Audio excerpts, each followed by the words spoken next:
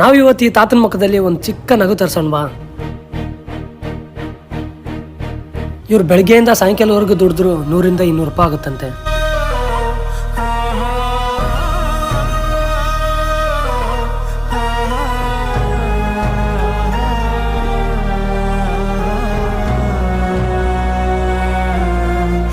Video ಇಷ್ಟ ಆದರೆ ಒಂದು ಲೈಕ್ ಮಾಡಿಕೊಂಡು ಒಂದು 3 ಜನಕ್ಕೆ ಶೇರ್ ಮಾಡಿ.